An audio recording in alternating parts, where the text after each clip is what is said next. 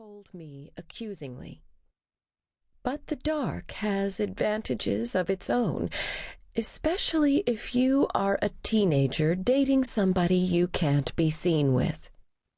When adults go to bed, sometimes as early as 7 p.m. in winter, it is easy enough to slip out of the house. The darkness confers measures of privacy and freedom as hard to come by in North Korea as electricity. Wrapped in a magic cloak of invisibility, you can do what you like without worrying about the prying eyes of parents, neighbors, or secret police. I met many North Koreans who told me how much they learned to love the darkness, but it was the story of one teenage girl and her boyfriend that impressed me most.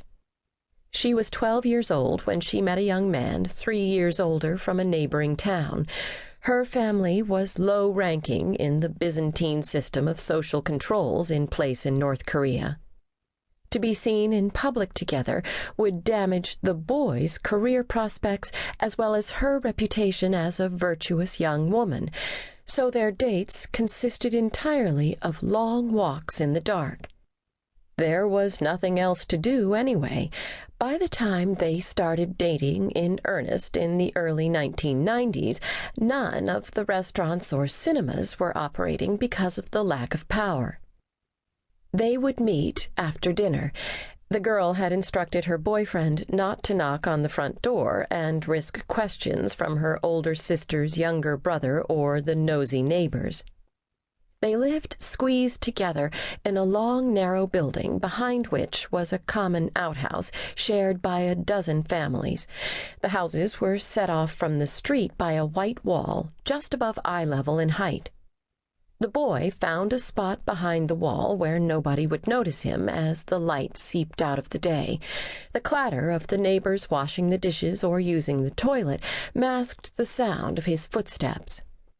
He would wait hours for her, maybe 2 or 3.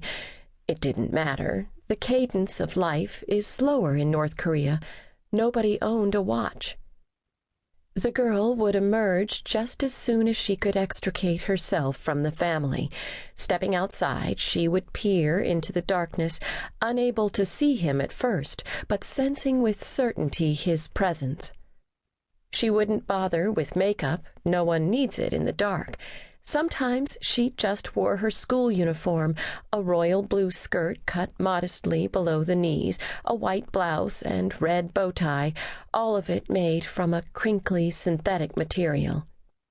She was young enough not to fret about her appearance. At first, they would walk in silence, then their voices would gradually rise to whispers and then to normal conversational levels as they left the village and relaxed into the night. They maintained an arm's length distance from each other until they were sure they wouldn't be spotted. Just outside the town, the road headed into a thicket of trees to the grounds of a hot spring resort. It was once a resort of some renown. Its 130-degree waters used to draw busloads of Chinese tourists in search of cures for arthritis and diabetes, but by now it rarely operated. The entrance featured a rectangular reflecting pond rimmed by a stone wall. The paths cutting through the grounds were lined with pine trees, Japanese maples, and the girls' favorites, the ginkgo trees that in autumn shed delicate mustard-yellow leaves in the shape of perfect oriental fans. On the surrounding hills, the trees had been decimated by people foraging for firewood, but the trees at the hot springs were so beautiful that the locals respected them and left them alone. Otherwise, the grounds were poorly maintained. The trees were untrimmed, stone benches cracked, paving stones missing like rotten teeth. By the mid-1990s, nearly everything in North Korea was worn out, broken, malfunctioning. The country had seen better days, but the imperfections were not so glaring at night. The hot springs pool, murky and choked with weeds, was luminous with the reflection of the sky above.